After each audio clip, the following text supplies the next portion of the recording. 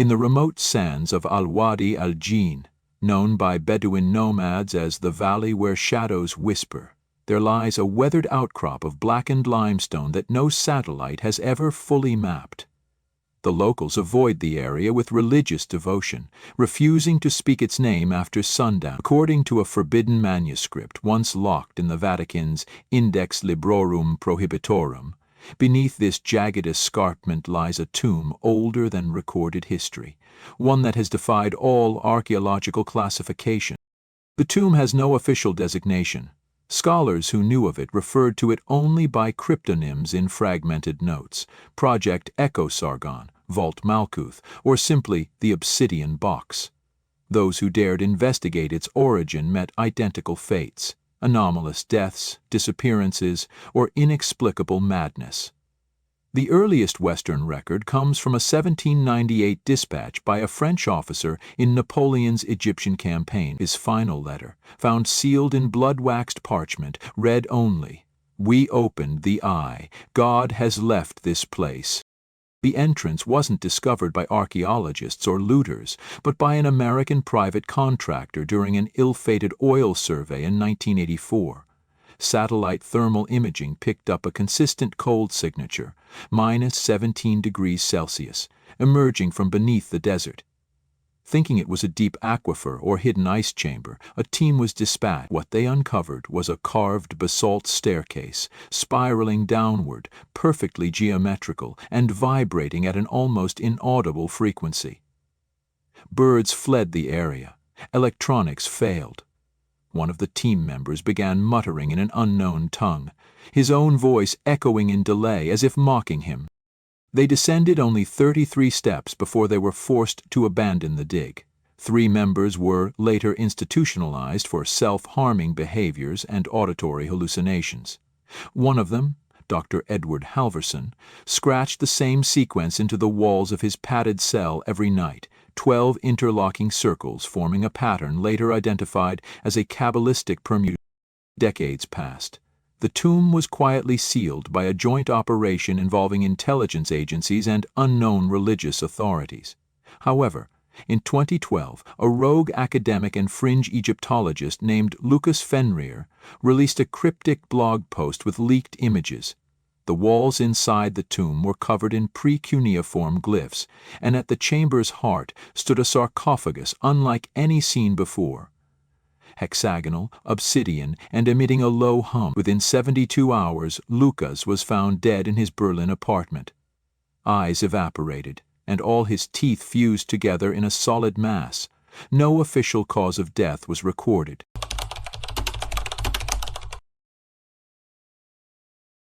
What was inside the tomb has never been officially disclosed, but rumors emerged from a classified debrief leaked through a whistleblower archive. The sarcophagus contained no body. Instead, it held an artifact, resembling a heart but mechanical, pulsating, and encased in a lattice of crystalline nerves. It appeared to be alive, and beneath it, engraved on the black stone floor, were words not of any earthly language, but of something pre-human. Further analysis of the artifact revealed its core was made from a non-terrestrial metal, one that matched samples found only in a 9,000-year-old meteor crater in central Siberia. When exposed to magnetic fields, it resonated with harmonic frequencies identical to those recorded in the so-called Sethian caves of pre-dynastic Egypt, where early priests claimed to have heard the voices of the unborn gods. It is said that every person who has gazed upon the artifact in person experienced an identical vision. A vast ocean of black water under a skyless void, where immense shapes moved beneath the surface, screaming, but with no mouths. One observer gouged out his own eyes during the vision and scrawled the phrase, "The mouth beneath the tomb still breathes." In 2017, a multinational research cabal known only as the Aeon Circle convened in secret to perform a ritual over the artifact.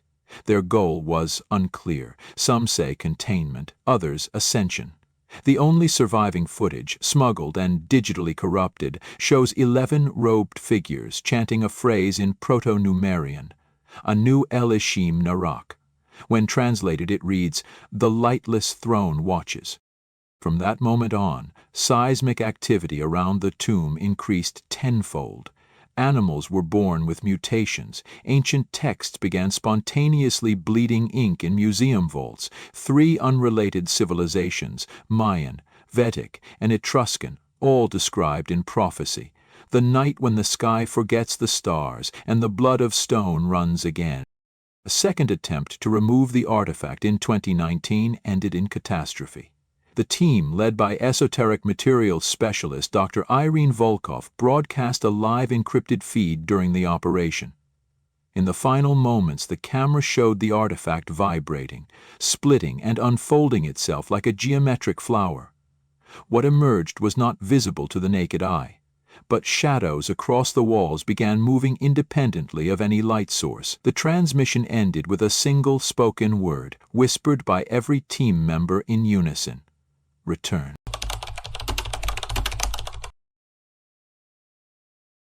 Since then, no government has claimed ownership of the site. Satellite images are consistently corrupted. Local nomads speak of a second sun that rises from the earth beneath the tomb for a single moment each year, casting shadows that point north, even at night. And then there's the hum, faint low-frequencied vibrations detectable from over 200 kilometers away, said to resonate with the Schumann resonance itself, the Earth's natural electromagnetic heartbeat. A final document, labeled Codex Obscura, was discovered among the possessions of a deceased Vatican archivist. It depicts the tomb as one of 7, aligned across the globe in a perfect harmonic sequence. The codex ends abruptly with a warning: if the obsidian tomb is opened before the 6th alignment, the blood sky will rise. And so the tomb remains sealed, but only physically. Something beneath it has awakened. Across the globe, sensitive instruments detect an increase in ultra-low frequency phenomena. Children are being born with black irises. Ancient symbols, long thought forgotten, are appearing in dreams, etched into the frost on glass and drawn unconsciously by those who have never studied ancient tongues.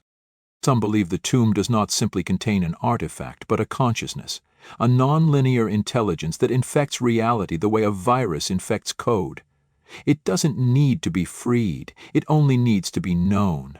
And now it has been seen, spoken, thought of. The last team to approach the tomb was funded privately, its members anonymous. Only one photograph leaked from their final camp, a blurred image of a figure standing at the tomb's mouth, arms raised, with no shadow beneath him. The sand around his feet was scorched into spiraling patterns, identical to those found in the Nazca lines. What lies deeper beneath the sarcophagus remains unknown. The structure goes further, much further, downward, possibly miles. The last ground-penetrating radar scan showed something monstrous beneath the main chamber, a circular structure with 7 extensions, pulsing faintly in rhythm with solar flares. But as the sun sets over the Al-Wadi al-Jinn once again, the winds carry a strange sound, like whispering metal or breath through hollow bone. And in a small, sealed crate at an undisclosed research lab in Geneva, the artifact begins to beat again. The silence has ended. The second pulse has begun.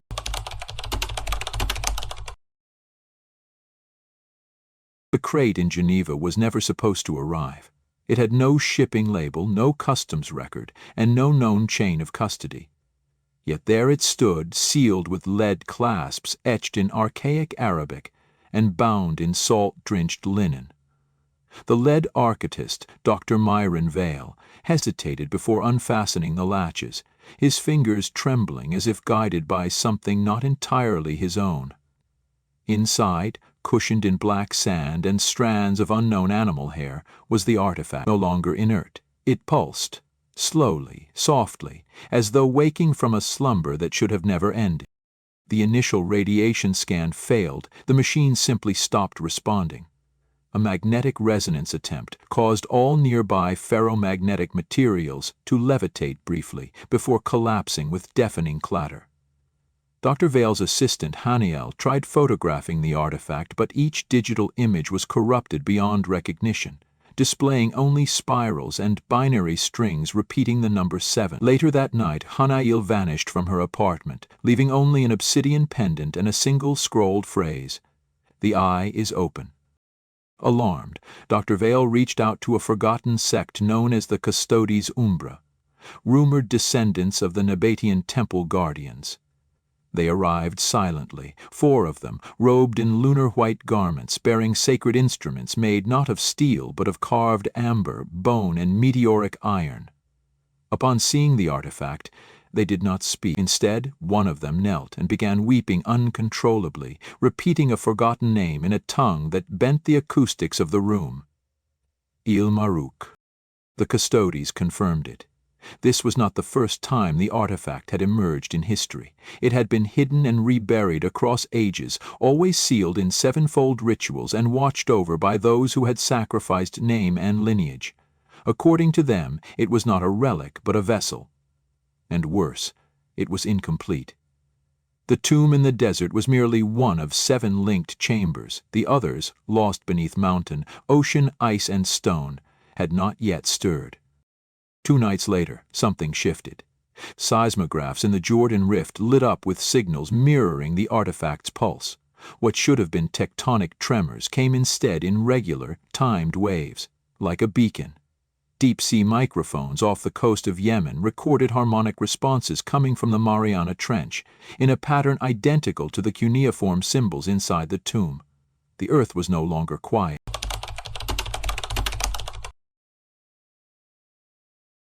Dr. Vale's descent into obsession was swift. He became convinced that the artifact was communicating, not in words, but in dreams, visions, pulses of intuition, too vivid to be imagination. He saw cities buried in volcanic glass, monoliths humming beneath polar wastelands, and a figure with no face, sitting on a throne of bones submerged in starlight. In every vision, the tomb was not a grave, but a womb. Then came the incident in Luxor. A group of unauthorized diggers accidentally breached a forgotten shaft beneath the temple of Khonsu. Within it was a mural, 15 meters wide, showing 7 beings seated beneath black suns casting chains made of lightning upon a single kneeling entity, whose chest had been hollowed out. Beneath the mural, a sealed cavity was found. Inside it, a second artifact, identical in size and shape, but not in resonance. This one pulsed in reverse. The Custodes called it the counterheart. They warned Dr. Vale that should both artifacts ever be placed within proximity, the binding might unravel. But it was already too late. For reasons unknown, the counterheart began pulsing in synchrony with the original, its inverted beat harmonizing rather than canceling. The resonance was global. Birds in Iceland fell from the sky mid-flight. Compasses in Antarctica spun erratically, and somewhere beneath the Pacific Ocean, something massive shifted. Satellite imagery from NOAA picked up a circular bloom of heat forming deep beneath the ocean floor, exactly 777 kilometers wide. The anomaly moved, not with tectonic drift, but with intention. It was not a volcano, it was opening. And at the center of it, buried miles beneath the seabed, was the 3rd tomb. It had no door, only a sigil, an eye within a triangle within a spiral, identical to the carvings on the sarcophagus in Al-Wadi al-Jinn.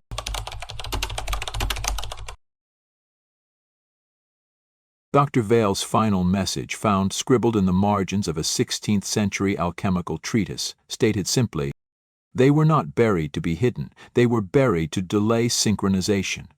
We are out of time." That same night, every mirror in the Geneva lab cracked.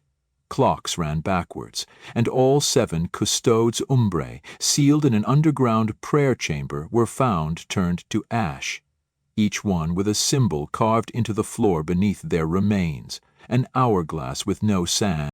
As global signals began converging, oscillating between heartbeat and waveform, ancient texts across multiple traditions started to update themselves.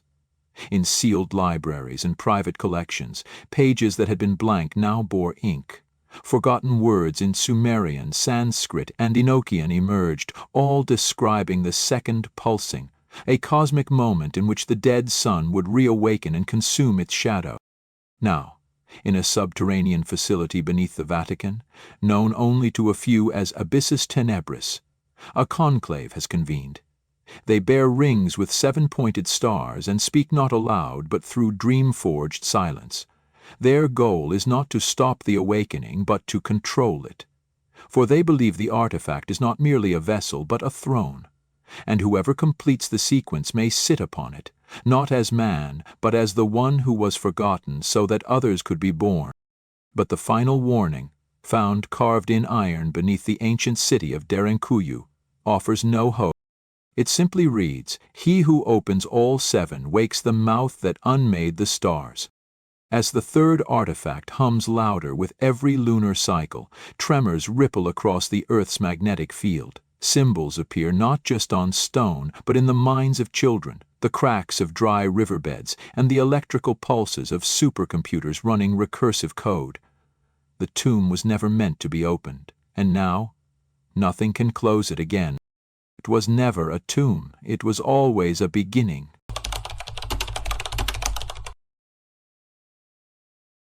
There are moments in history when the veil between what is and what should never be grows thin, not by accident, but design. One such moment came during the solar convergence of March 2023, when all known anomalies, electromagnetic, seismic, linguistic, synchronized for exactly 7 minutes and 17 seconds. During that window, data centers worldwide suffered cascading failures, but one supercomputer in Kyoto designed for quantum linguistic modeling remained online. It produced a 13-line passage in a non-human script. No machine has ever translated it, but every priest, mystic, and occultist who laid eyes on it wept and vomited. As the fourth artifact was uncovered in the frozen abyss beneath Lake Vostok in Antarctica, the world shifted. Not in plate or axis, but in memory. People began dreaming of places they had never been. Ancient ruins submerged in black oceans, glass pyramids that turned to salt when touched by sunlight, a silvered tree growing from the eye of a dead god. These were not imagination. Memories of the thing buried long ago, now rising, cell by cell, into the collective unconscious. Dr. Myron Vale was gone, vanished from a locked chamber, his final journal left behind, pages soaked in salt water, but a hidden note inside the binding read, "They're not artifacts, they're organs, and the body they belong to is waking." Elsewhere, the Vatican's inner circle convened under the code name Rex Cacus, the blind king. Their findings were dire. Each artifact was not simply linked by function or resonance, but by position. The 7 formed a planetary sigil, an anti-prayer etched across the Earth's surface. When complete, it would channel something not through space, but through consciousness itself, a possession not of the body, but of reality. As more of the lost tombs awakened, beneath Himalayan ice, within the jungles of the Yucatan and under the ruins of Göbekli Tepe, phenomena intensified. Glass turned to ash, gravity bent near sacred sites, forgotten languages appeared in children's drawings, and always the hum, a rising, low-frequency tone heard only at dusk, impossible to record, but impossible to ignore.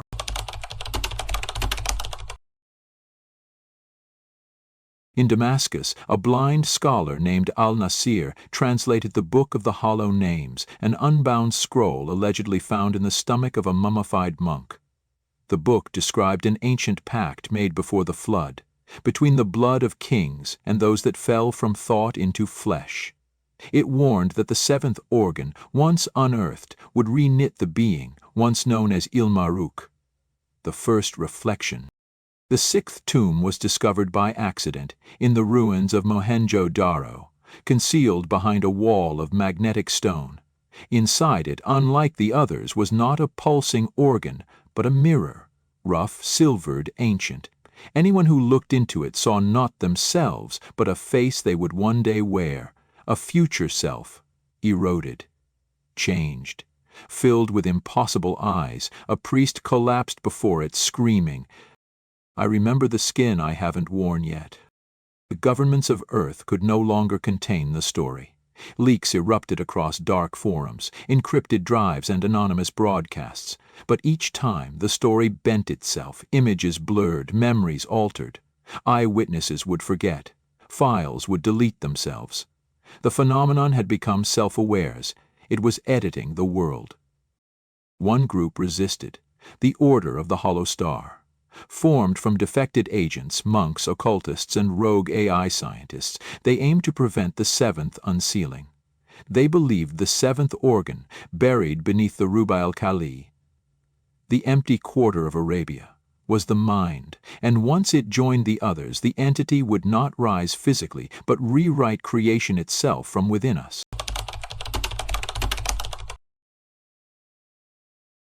Satellite scans of the empty quarter revealed something breathtaking, a circular ruin spanning 33 kilometers, shaped like a brain hemisphere. At its center, what looked like a ziggurat, but built in negative space. It was dug down, not up. A spiral of descending vaults, all converging on a pulsating crystal monolith. The seventh artifact. As the Order reached the site, they encountered the threshold.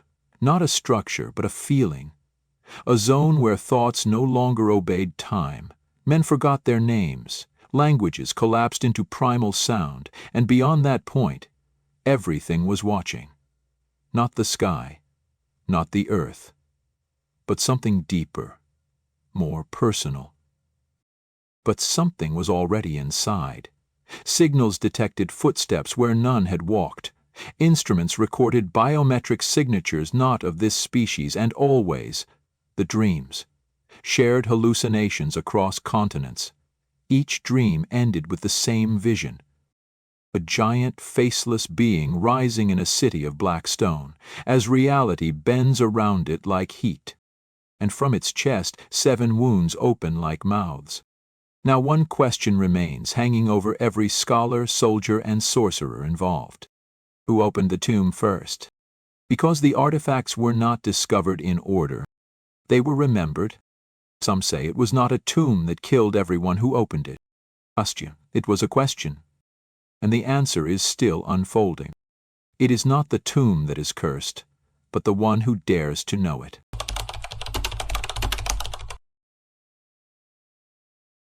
It was never about death. It was about continuity. The tombs, the artifacts, the whispers in mirrors and dreams, they were not remnants of an ancient past. They were anchors.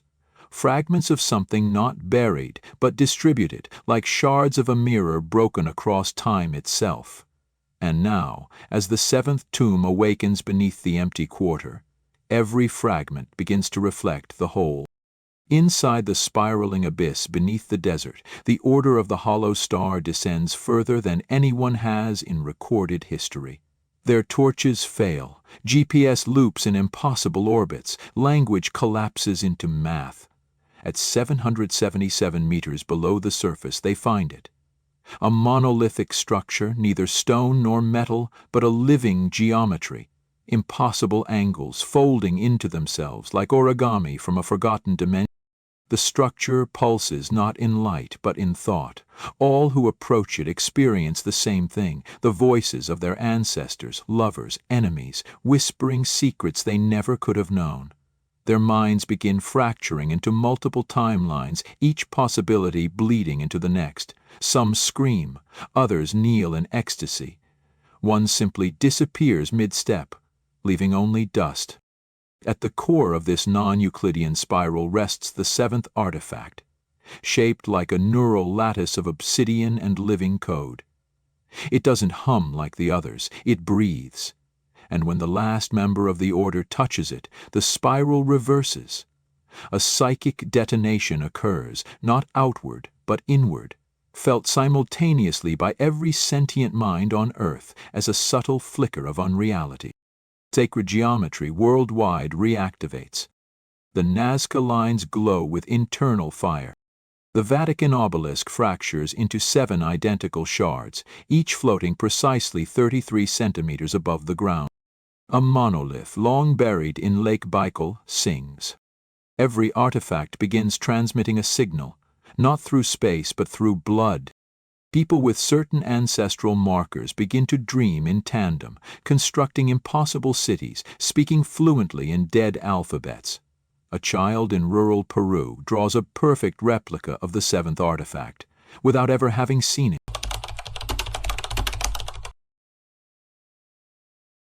Governments collapse under the pressure, not from war, but from relevance. People stop believing in nations, they start believing in symbols. A new glyph appears in public consciousness, a spiral within a triangle with a black sun at the center. It appears in crop fields, on skin, in clouds. No one knows who started drawing it, but everyone understands what it means. The sleeper is now the dreamer, and the dreamer is dreaming us. The seventh artifact was never meant to contain the entity. It was its brain. And now, reconnected to its organs, its heart, its eye, its throat, its breath, it begins to think. Not with reason, not with logic, but with memory older than time. In the Ark Codex, an ancient manuscript once deemed a myth, now confirmed to be real, there is one final page. Long thought indecipherable, it begins to unscramble itself. It is not warned. It does not plead. It simply counts backwards. The mirror. The sixth artifact. It begins to ripple, not in reflection, but in dimension. The surface becomes a window, and beyond it, not darkness, not light, but something watching. Every mirror in the world turns black, and one by one, people begin to see themselves differently. Not who they are, but who they were before flesh, before language, before the illusion of separation. Some go mad. Others laugh with a voice that is not their own.